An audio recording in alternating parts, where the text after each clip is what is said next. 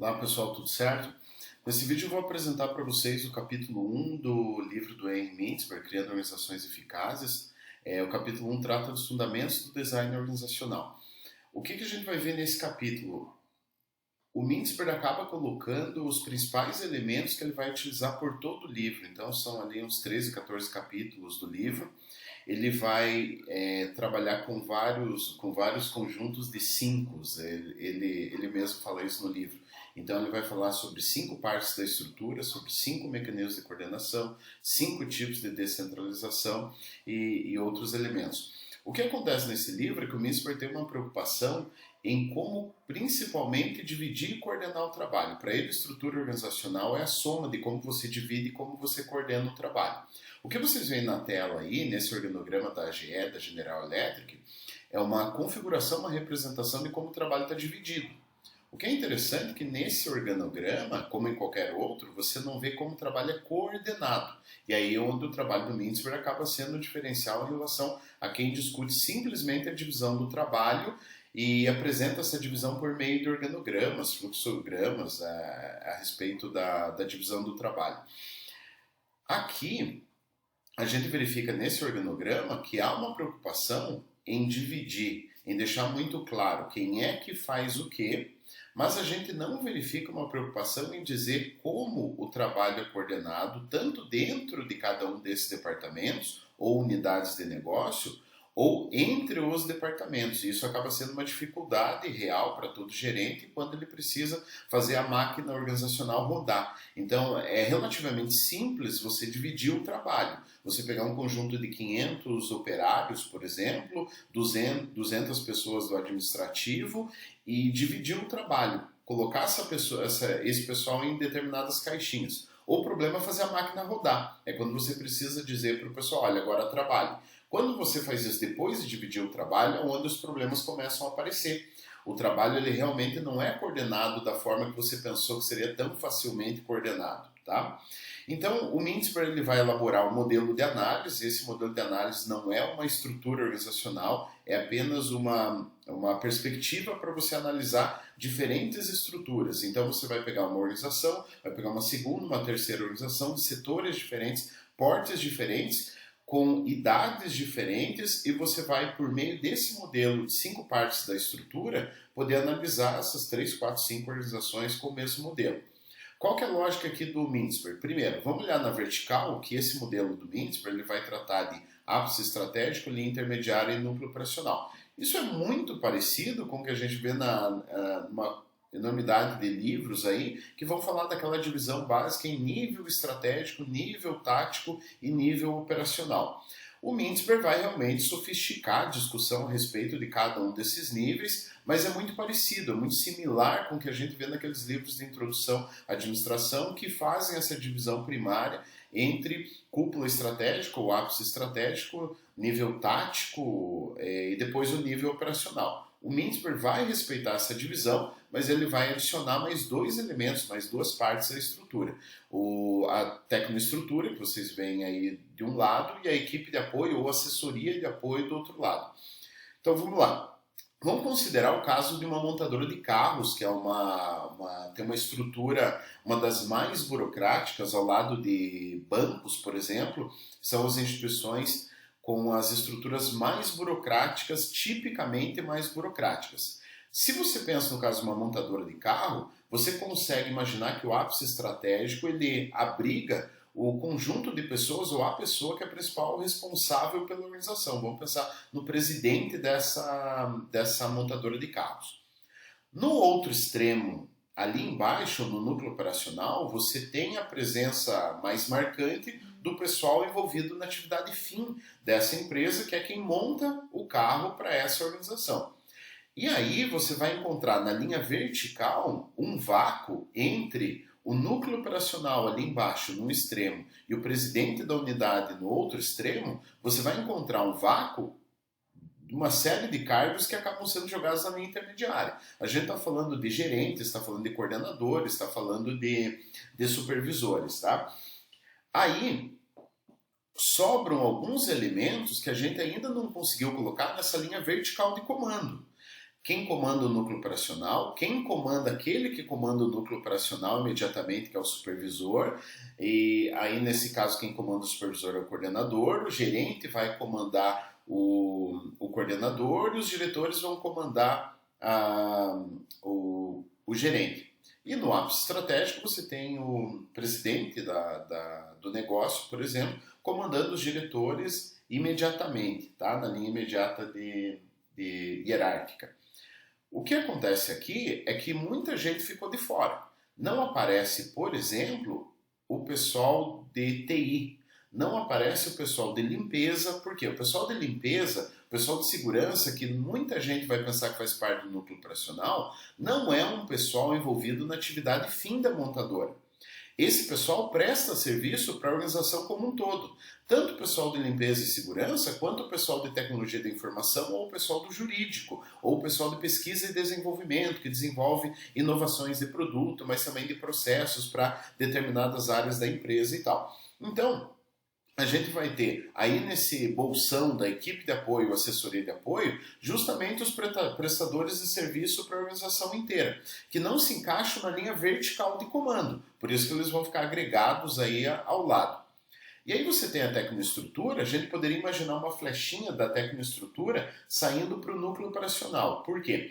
A tecnoestrutura normalmente abriga um conjunto de engenheiros que estão principalmente preocupados em como formalizar o trabalho no núcleo operacional. Então vamos imaginar que aquele processo de trabalho formalizado na montadora de carros foi desenhado por alguém. Essa formalização do processo de trabalho foi desenhada normalmente por engenheiros, principalmente engenheiros da produção.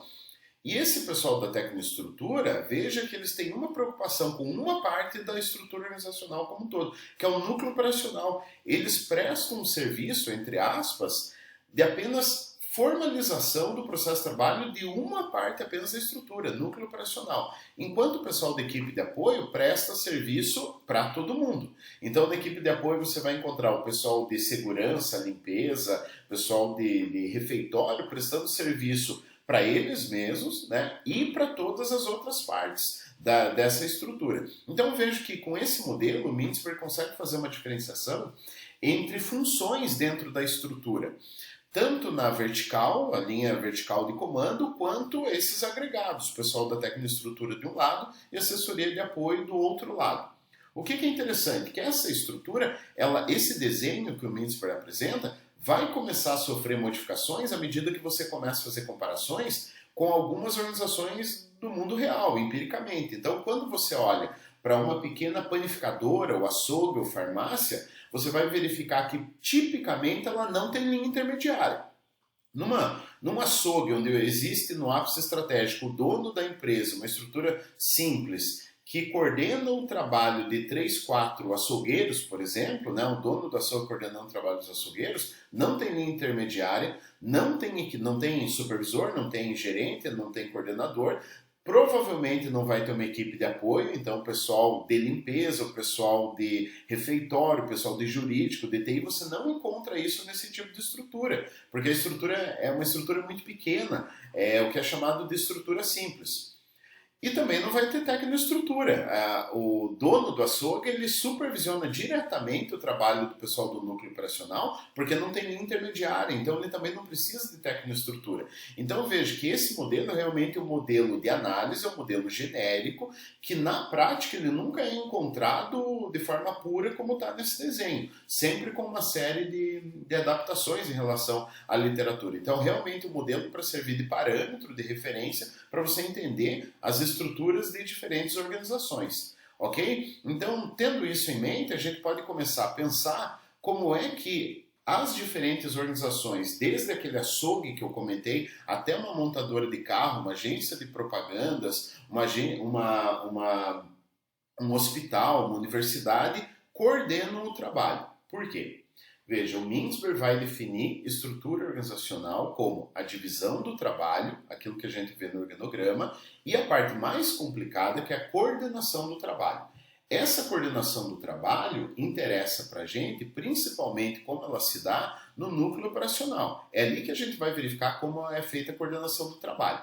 Se você comparar a coordenação do trabalho do P&D, da Ford, por exemplo, com a coordenação do trabalho no núcleo operacional da Ford também, você vai dizer para mim, olha, a coordenação do trabalho é diferente dentro da mesma empresa. E aí isso pode causar uma série de dificuldades e complicações para você tentar identificar qual é o mecanismo de coordenação daquela empresa. Então, primeira regra de ouro para a nossa análise a partir do livro Criando Organizações Eficazes do Mintzberg é a identificação do mecanismo de coordenação se dará sempre pela identificação da natureza do trabalho no núcleo operacional em relação à atividade fim da empresa.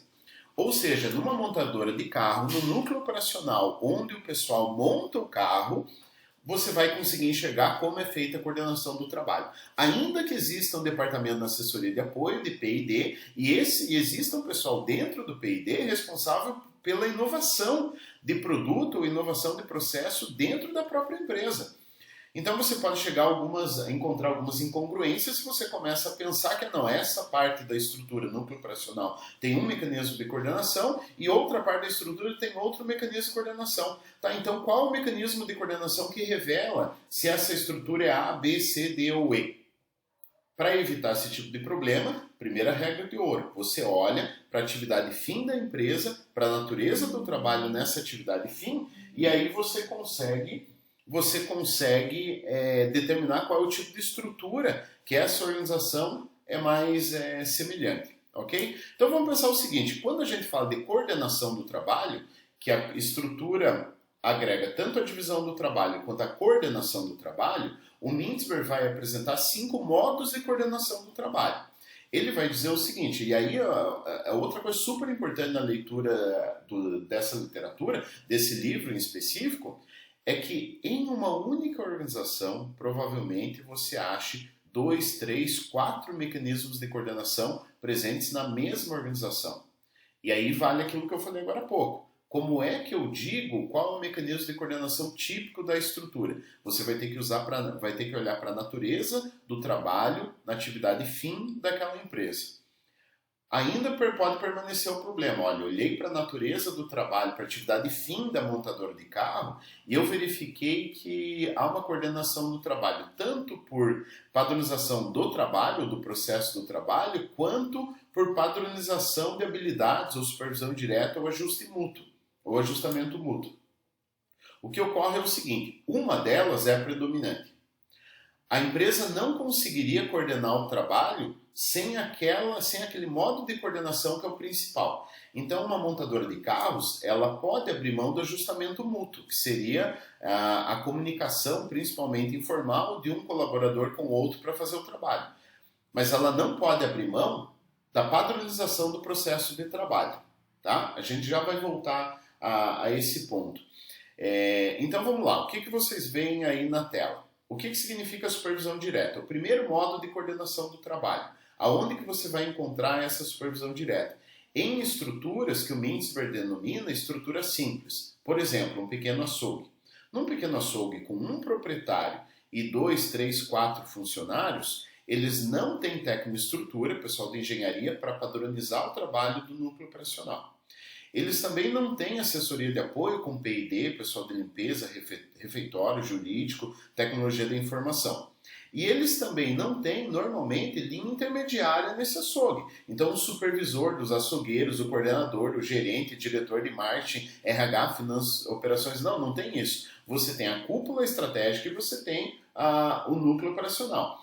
Como que ocorre a coordenação do trabalho? Como é que eu garanto uma certa previsibilidade e qualidade na execução do trabalho? À medida que o dono do açougue ele está olhando e dizendo para o pessoal como tem que executar o trabalho. E quando ocorrem pequenos desvios, o dono do açougue é o primeiro a dizer, olha, vocês não estão atendendo bem os clientes, vocês estão deixando carne estragar, vocês estão cortando muita carne, vocês estão fazendo alguma coisa errada. Ou seja, o trabalho volta a ser coordenado como devia, dentro daquela previsibilidade esperada, porque existe a cúpula estratégica supervisionando diretamente o trabalho do núcleo operacional. Então veja, sumiu o linha intermediária, sumiu a assessoria de apoio, sumiu a tecnoestrutura. Por isso que essa estrutura é denominada estrutura simples. E vale para banca de jornal, pequenas panificadoras, açougues e normalmente startups que estão ali no seu estágio bem inicial das suas atividades, ok? Mas a gente tem organizações já mais maduras, organizações de porte maior, em que esse tipo de mecanismo de coordenação não é desejável. Então a gente está falando, vamos voltar ao exemplo da montadora de carro. Na montadora de carro, você não espera que o presidente da Ford ou o presidente da GM desça até o núcleo operacional para dizer que os operadores, o pessoal lá do chão de fábrica, não está operando como deveria, certo? Que eles estão se desviando do processo de trabalho. Isso não vai acontecer. Esse cuidado não ocorre por parte do presidente da empresa. Na verdade, o que garante a previsibilidade e a coordenação do trabalho, como vocês veem ali no segundo desenho, é a padronização do processo de trabalho que é executado pela tecnoestrutura. Por isso aquele quadradinho que é a fonte da coordenação do trabalho aparece ali na tecnoestrutura. A tecnoestrutura vai dizer como o pessoal do núcleo operacional, aqueles 2 operários ali embaixo, exemplificado por 2 operários, vão trabalhar, vão executar suas funções. Então, ainda que não exista supervisão direta, ainda que não exista nenhum contato entre esses 2 elementos, nessa burocracia mecanizada, que é o nome que o Mintzberg vai dar para esse tipo de estrutura, ocorre a coordenação de trabalho. Por quê? Porque os engenheiros lá da tecnoestrutura disseram como o trabalho tem que ser executado. Então veja, num tipo de estrutura como essa da montadora de carros, você tem o mecanismo de coordenação denominado padronização do trabalho, padronização do processo de trabalho, e essa estrutura será denominada burocracia mecanizada, ok? Aí a gente tem um terceiro tipo de estrutura que também é um pouco burocrática, e o Mintzberg, no livro dele, ele vai dar como exemplo as universidades e os hospitais. Para o Mintzberg, universidade e hospital é relativamente burocrático, e é verdade, ele tem razão quando ele fala isso. Eu, como professor, trabalho numa universidade e vejo que realmente o trabalho, a organização é burocrática, a organização ela acaba se tornando um pouco mais lenta, porque tem muita hierarquia, esse tipo de coisa, mas essa burocracia tem uma diferença fundamental em relação ao montador, que é muito interessante, quando você compara o núcleo operacional da universidade com o núcleo operacional da montadora de carro. No caso, universidade, eu sou o peão de fábrica, eu sou o cara do núcleo operacional, aquele cara que, professor, executa a atividade fim dessa organização. Mas, como eu falei, o que é muito interessante é o contraste em como eu coordeno o trabalho com os meus colegas, como o trabalho meu dos colegas acaba sendo coordenado na universidade, em comparação, em relação a como o trabalho é coordenado dentro da montadora de carro. Então veja, dentro da montadora de carros, você tem lá uma série de operários que acabam tendo o seu trabalho coordenado, executado de modo previsível, então como é esperado pela empresa, graças aos esforços da tecnoestrutura que padronizaram o processo de trabalho. Na universidade e no hospital, não tem essa possibilidade. Não há possibilidade de um conjunto de engenheiros falar para um professor como ele deve executar o trabalho.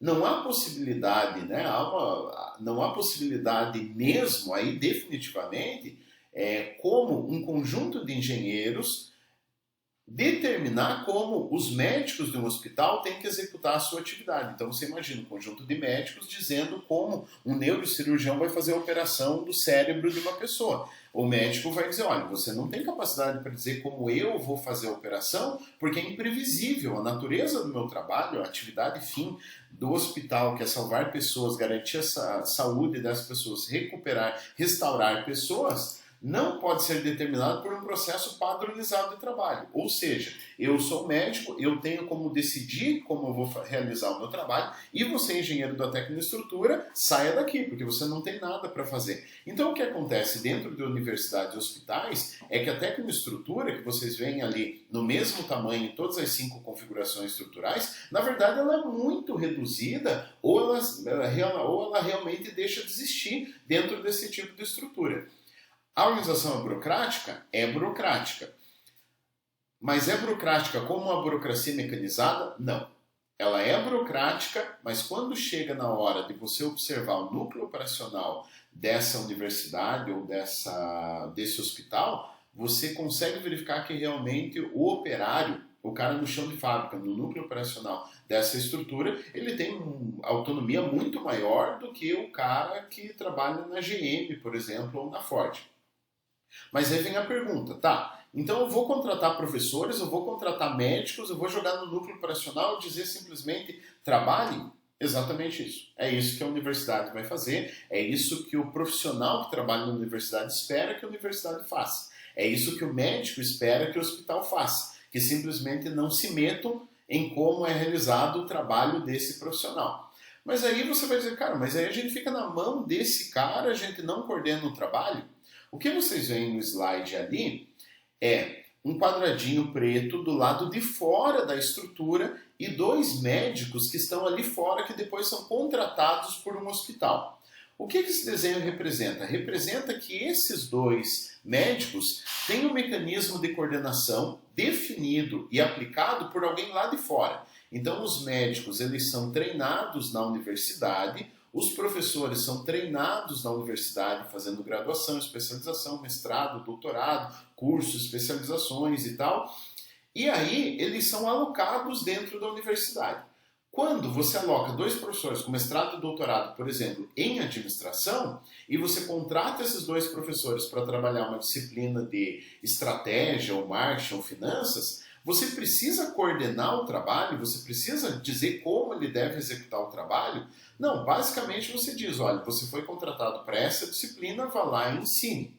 No caso do hospital, já ocorreu a implantação da ideologia, das formas de trabalho e do conhecimento e das habilidades do médico na época que ele fez a graduação em medicina e depois a residência.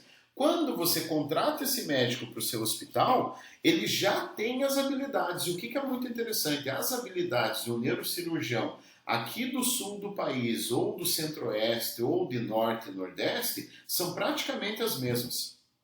Por quê? Porque a forma de pensar dessa categoria profissional, a forma de solucionar problemas por conta do aprendizado em medicina, do neurocirurgião, ou do endocrinologista, ou do oncologista, por exemplo, elas são padronizadas. Então as habilidades são padronizadas pelo conhecimento profissional que se dá fora da empresa. Então olha só que maravilha, você contratou médicos, você contratou professores, agora você não precisa dar treinamento para esse pessoal, porque eles já vieram treinados durante anos de alguma organização lá de fora, o que é uma maravilha por um lado, mas por outro lado acaba sendo um problema para a organização. Fazer a gestão desses caras que acham que ninguém deve se meter no trabalho deles. Quando as organizações tentam se meter no trabalho desses caras, acabam encontrando uma certa resistência. Então, dizer para o professor como que ele tem que dar aula é uma invasão à liberdade de cátedra desse professor. Muitos professores vão pensar assim. Então, é preciso muito cuidado quando uma instituição diz como um professor ou médico deve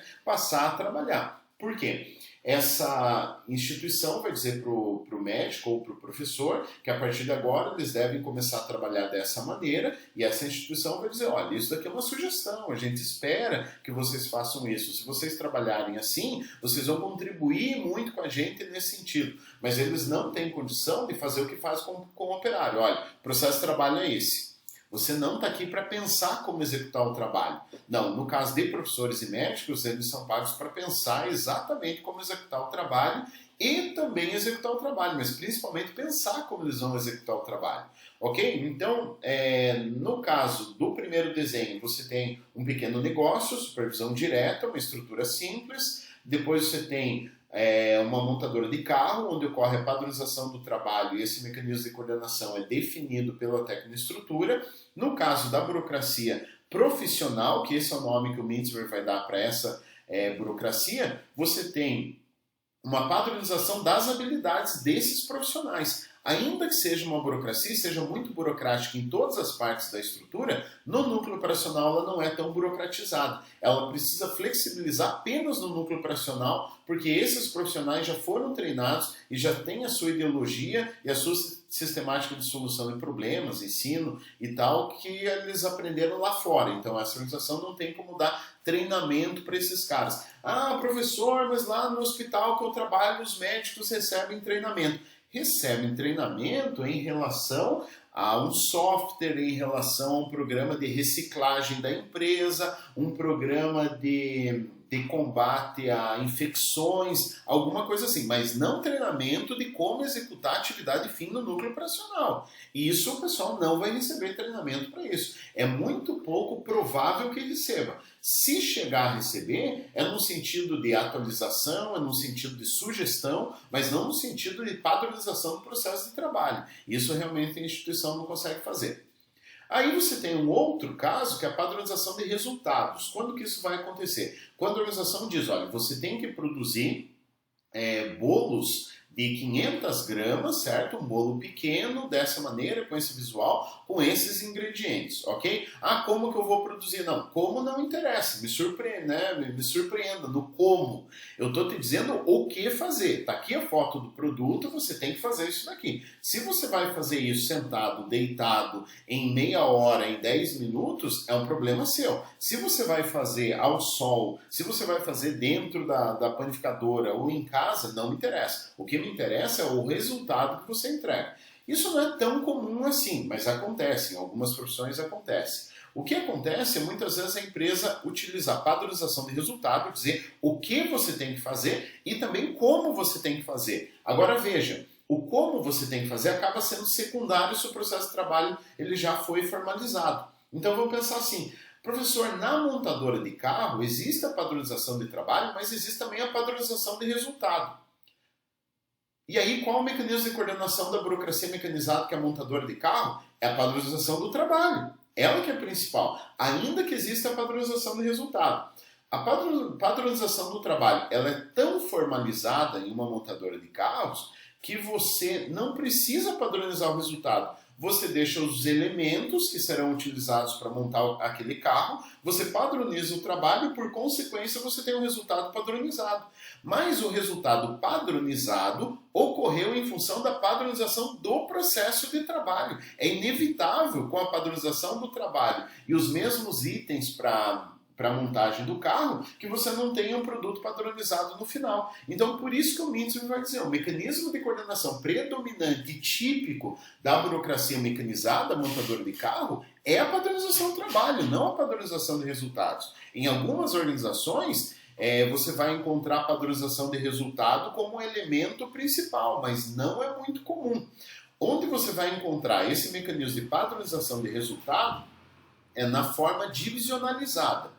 O que acontece? Lá fica evidente que existe uma corporação com várias unidades. Então vamos pensar quando que ocorre a padronização de resultado. Não do produto, mas uma padronização de resultado por desempenho. As duas são padronização de outputs, mas uma é padronização do produto e a outra é padronização de desempenho.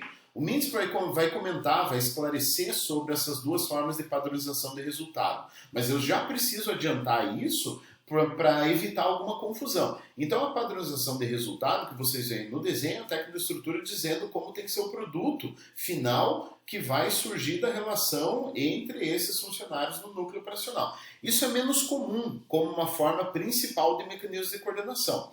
Onde você vai encontrar a padronização de resultado é no caso da GE. Se você voltar eu vou voltar aqui, se você observar o Jeffrey Himmelt, o cara que é o CEO da GE, você vai observar que ele está dentro de uma caixinha verde, dentro, né, existe um segundo nível ali do pessoal que assessora o CEO e existem as unidades organizacionais. Essas unidades organizacionais, unidades estratégicas de negócio, que aparecem ali, energia, capital, operações de crescimento global, cuidados com a saúde, aviação, transporte. Cada uma dessas organizações são organizações que adotaram uma estrutura do tipo burocracia mecanizada. Cada uma delas é uma estrutura por si só, porque são unidades. Só que, quando ocorre de uma grande corporação abrigar diferentes unidades de negócio, e ela poderia ter 5 burocracias mecanizadas, 5 unidades de estratégia de negócio com burocracias mecanizadas, ela poderia ter uma agência de publicidade com outro tipo de estrutura e uma universidade com outro tipo de estrutura.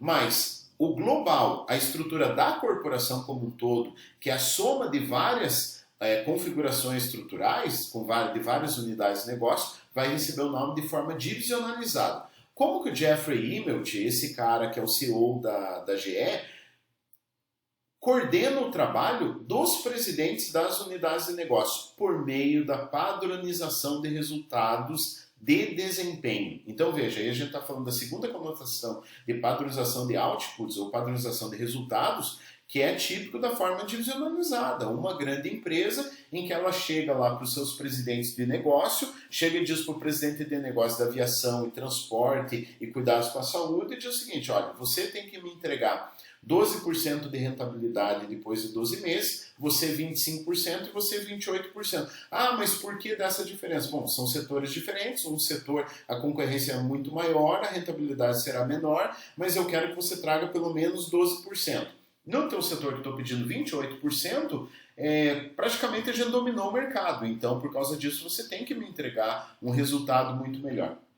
Mas 12 é diferente de 28. A questão não é o número, a questão é o parâmetro, a métrica que foi padronizada. Todo mundo será verificado, será avaliado, a partir de resultados sobre os ativos, ok? Então você tem realmente uma padronização de resultados. Por isso que esse mecanismo de coordenação, a padronização de resultados é um mecanismo típico do que o Mintzberg vai chamar de forma divisionalizada, ou forma M, recebe uma série de sinônimos, esse tipo de estrutura. Mas normalmente são grandes corporações com várias unidades, onde cada uma dessas unidades é uma das configurações do Mintzberg. Poderia ser uma burocracia mecanizada, poderia ser uma burocracia profissional, uma docracia, ou até uma estrutura simples, que é muito improvável, mas até mesmo uma estrutura simples. Ok? Então, aqui a gente passou por 4 mecanismos de coordenação, discutiu que essa padronização de resultados tem 2 significados, ela pode ser usada tanto para padronizar o produto,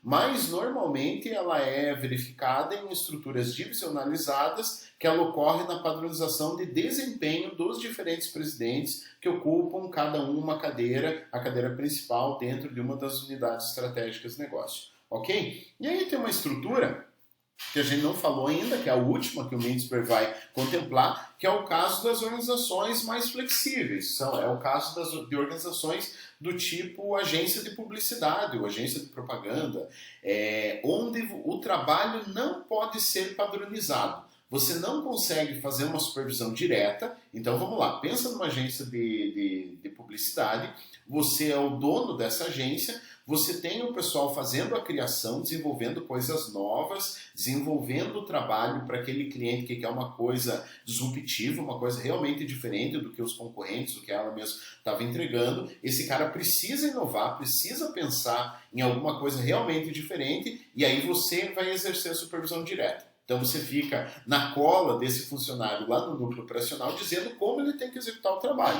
O cara vai dizer, pô, isso daqui é um inferno trabalhar desse jeito, me dá as contas, eu vou embora, porque você não me dá liberdade para trabalhar. Você também não pode utilizar a padronização do processo de trabalho. Imagina você chegar na agência de publicidade, dar um manual de procedimentos pro cara do núcleo operacional, pro teu publicitário que vai ter que criar, e aí você diz, olha, aqui tem um manual de procedimentos do que você faz para ser criativo. O cara vai falar, não, me desculpe, mas não é assim, eu não tenho hora para ser criativo, eu tenho o meu próprio procedimento de como me autoestimular para tentar ser criativo, e tem horas que não vem, então não tem como seguir o teu manual e você me dizer que eu tenho que ser criativo das 4h30 às 6h30 da tarde, entendeu? Não faz sentido. Então a padronização do processo de trabalho também não é uma boa. A padronização de habilidades, ela ocorre em certa medida, mas vamos lembrar que uma das empresas que tem ganho nos últimos anos uma série de prêmios como a agência de publicidade mais inovadora, ela não tem sequer um publicitário contratado. Ela tem biólogos, químicos, engenheiros e tal, porque ela partiu do pressuposto de que se eu quero criar coisa diferente, eu preciso de pessoas que pensem diferente das outras agências. Se eu contrato só publicitário, todo mundo pensa como publicitário. Se eu contratar uma série de pessoas que ninguém pensa como publicitário, eu vou fazer uma coisa que os publicitários não fazem. E essa agência ela tem sido repetidamente premiada nos últimos anos e atribuem essa premiação e a capacidade de inovação dessa empresa por causa desse time tão diferenciado. Então ela não padronizou as habilidades. Essa é uma agência que não padronizou as habilidades. O que ocorre nessa agência? Olha só que legal. Ela contrata um monte de pessoas. Ela diz, não vou usar supervisão direta, não vou me meter no trabalho de vocês. Se ajustem mutuamente, pensem em formas de trabalhar fora da empresa, o horário que você vai trabalhar, como você vai trabalhar, se é discutindo depois de jogar videogame, se é discutindo depois de tomar alguma coisa no bar da empresa. Vocês vão decidir o processo de trabalho de vocês. Se ajustem mutuamente. O que vocês não podem é, de repente, um dizer, eu vou pensar pulando de paraquedas, e todo mundo diz, não tem como a gente fazer isso com você porque a gente tem medo. Então, ocorre que um vai ceder um espaço ao outro em relação a como coordenar o trabalho, e eles vão se ajustando mutuamente e definem como fazer o trabalho. É normalmente o que ocorre num grupo de trabalho de conclusão de curso, no TCC. Você tem 3, 4 pessoas, essas 4 pessoas sabem que tem que entregar um plano de negócios, por exemplo, um artigo, alguma coisa assim. O orientador não diz como eles têm que trabalhar. O orientador não faz uma supervisão direta, fica observando enquanto eles executam o trabalho. O orientador não padroniza o trabalho. O orientador não se preocupa em padronizar as habilidades. E o orientador, assim como na agência de publicidade, não diz qual é o resultado exatamente que você tem que entregar. Então imagina numa agência de publicidade, o principal gestor ele não usa supervisão direta, pelo menos não como o mecanismo principal de coordenação do trabalho. Não existe uma tecnoestrutura para padronizar o trabalho. Ele não usa padronização de habilidades necessariamente. Ele não pode usar realmente padronização de resultados dizendo, olha, eu já sei o que vocês precisam entregar de publicidade para aquele nosso cliente. E aí os funcionários vão dizer, tá, mas não era para a gente criar alguma coisa que ninguém pensou ainda, como você já sabe qual é o resultado? Se você antecipa o resultado e padroniza, o que eu estou fazendo aqui? Coloca qualquer um só para executar. Eu estou aqui realmente para bolar alguma coisa que seja um resultado inesperado. O que sobra? O que sobra é ajustamento mútuo. O que sobra é você pegar esse conjunto de pessoas, tanto no TCC quanto na agência de publicidade, ou um conjunto de pessoas que estão desenvolvendo um jogo novo para PlayStation, Xbox e tal, e dizer, olha, me surpreendo, quero um jogo de guerra, quero um jogo para crianças de 4 a 6, 7 anos, por exemplo, 4, 5, 6, 7 anos, e me surpreendo. Trabalhem se ajustando mutuamente e me entreguem isso, uma etapa disso a cada 6 meses, ou me entreguem o resultado final daqui a 1 ano e meio, 2 anos e meio e tal. Entendeu? Então, esse ajustamento mútuo, ele vai ser o principal mecanismo de coordenação nesse tipo de trabalho. Então, recapitulando, pessoal, o que a gente tem aqui? A gente tem uma estrutura com 5 partes, a gente tem 5 tipos de estrutura e a gente tem 5 mecanismos de coordenação. Supervisão direta é utilizada em organização pequena, do tipo panificadora, açougue ou startups que estão iniciando suas atividades. A padronização do trabalho é utilizado principalmente em montadoras, que existe uma tecnoestrutura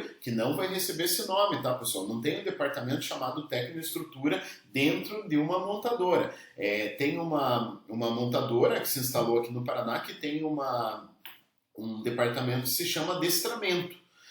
Por mais estranho que isso soe, é esse o nome do departamento, e esse pessoal padroniza o processo de trabalho do pessoal no núcleo operacional, e é uma montadora de carro. Num hospital ou universidade vai ocorrer a padronização de habilidades, e esse pessoal é treinado lá fora. E essa estrutura, então, é a estrutura do tipo burocracia profissional. Na montadora de carro a gente tem uma burocracia mecanizada e na supervisão direta uma estrutura simples. Quando você fala de forma divisionalizada, vamos imaginar uma grande corporação que tem uma estrutura simples para um negócio em que ela produz alguma coisa realmente nova, que tem 4 funcionários. Ela tem uma montadora de carros, ela tem uma universidade. Para ela gerenciar isso, ela precisa dar autonomia para esses 3 negócios. Ela cria uma forma divisionalizada coloca uma estrutura lá em cima que vai dar conta desses 3 negócios, ok? E aí você tem uma outra estrutura, uma quinta estrutura, que é a adocracia, que é o que eu expliquei da agência de publicidade. A adocracia, o termo ad hoc, é um termo que significa, olha, feito conforme as circunstâncias. Então, dá uma conotação de flexibilidade, que é o que esse tipo de organização precisa. Então, você vai utilizar um mecanismo de coordenação, ajustamento mútuo, no caso de uma adocracia. Então, a gente tem supervisão direta para estrutura simples, padronização do trabalho para tecnoestrutura, padronização de habilidades para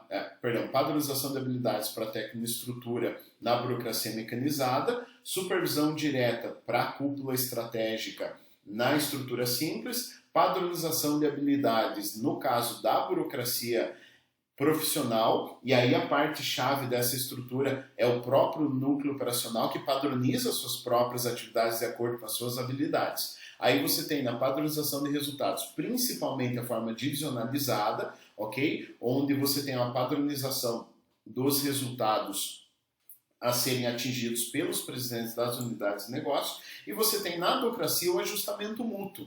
Esse ajustamento mútuo ele é coordenado principalmente pela assessoria de apoio, mas depois vocês vão verificar que a gente tem 2 tipos de adocracia, mas isso lá quase no final do livro, a adocracia operacional e administrativa, e que aí o locus, a fonte da coordenação do trabalho, ora é no núcleo operacional, ora na assessoria de apoio. Mas por enquanto vamos tratar a adocracia como uma coisa só, exemplificada pela agência de propaganda.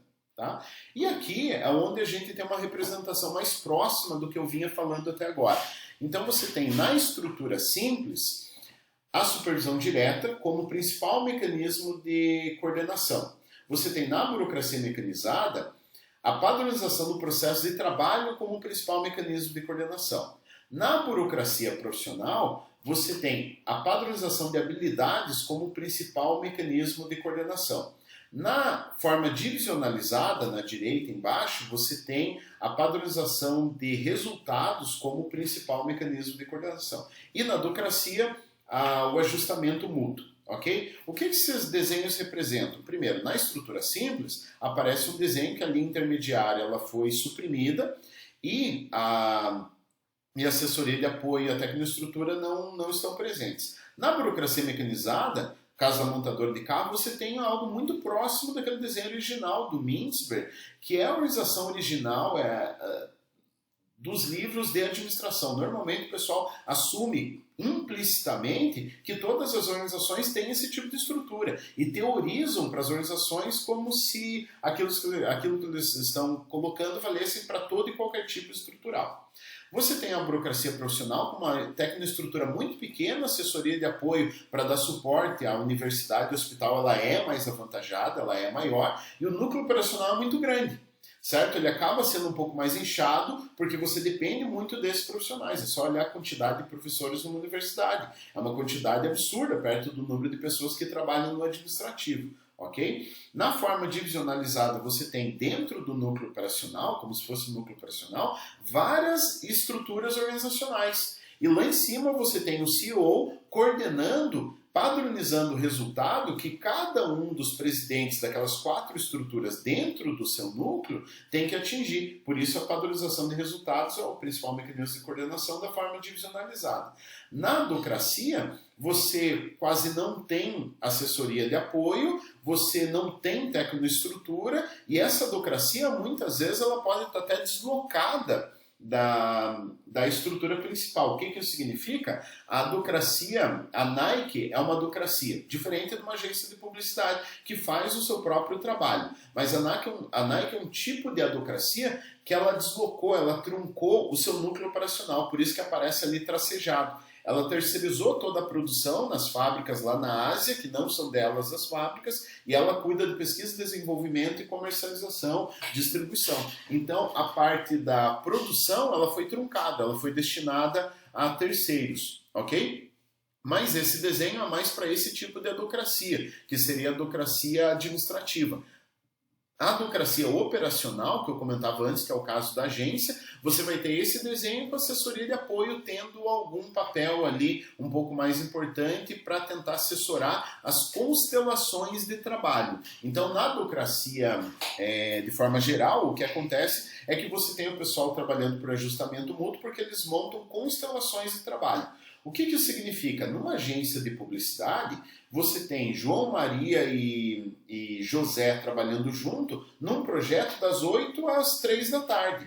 Das 3 da tarde às 6 da tarde, ocorre que cada um deles acabam indo trabalhar em outros grupos de trabalho, em projetos de outros clientes. Quando você olha o dia inteiro para o pessoal trabalhando, você não consegue entender, tá, mas qual é a sua função, qual é o seu cargo aqui dentro, qual é o seu projeto de trabalho. Eles trabalham por constelações de trabalho. E essas constelações de trabalho são definidas normalmente pelo mercado, pelo cliente que veio do mercado e disse o que precisa, e é montado constelação de trabalho para operar em 3, 4, 5 dias, 10 dias, 15 dias, de acordo com o pedido daquele cliente. Mas o que é muito interessante é que as pessoas normalmente não se atêm a um grupo, a uma constelação de trabalho. Eles estão com posições diferentes em outras constelações. Então ocorre que o cara que é chefe dessa constelação de trabalho, do grupo, que vai entregar uma atividade para um shopping center, por exemplo, ele é o principal chefe desse grupo, às 3 da tarde ele se torna subordinado de um subordinado dele no primeiro grupo de trabalho, no segundo inverte, o subordinado dele está capitaneando, está liderando aquele grupo de trabalho e lá ele é subordinado. Então a coisa fica muito fluida, porque existem constelações de trabalho. Ok? Pessoal, espero que tenha ficado claro para vocês, principalmente a mensagem do Mintzberg nesse primeiro capítulo em relação aos 5. Então, a estrutura tem 5 partes, cada uma dessas partes é um elemento primordial, um elemento essencial na determinação, na definição de como ocorre a coordenação do trabalho em 5 estruturas diferentes, e essas 5 estruturas, cada uma delas tem como principal modo de coordenação, como principal mecanismo de coordenação, um daqueles 5 mecanismos de coordenação que a gente viu aí, ok? Então é isso, pessoal. Tentem imaginar os exemplos que eu passei para vocês para cada uma dessas estruturas, adicionando a esses exemplos a parte-chave da estrutura e a relação dessa parte-chave com o mecanismo de coordenação. Até mais!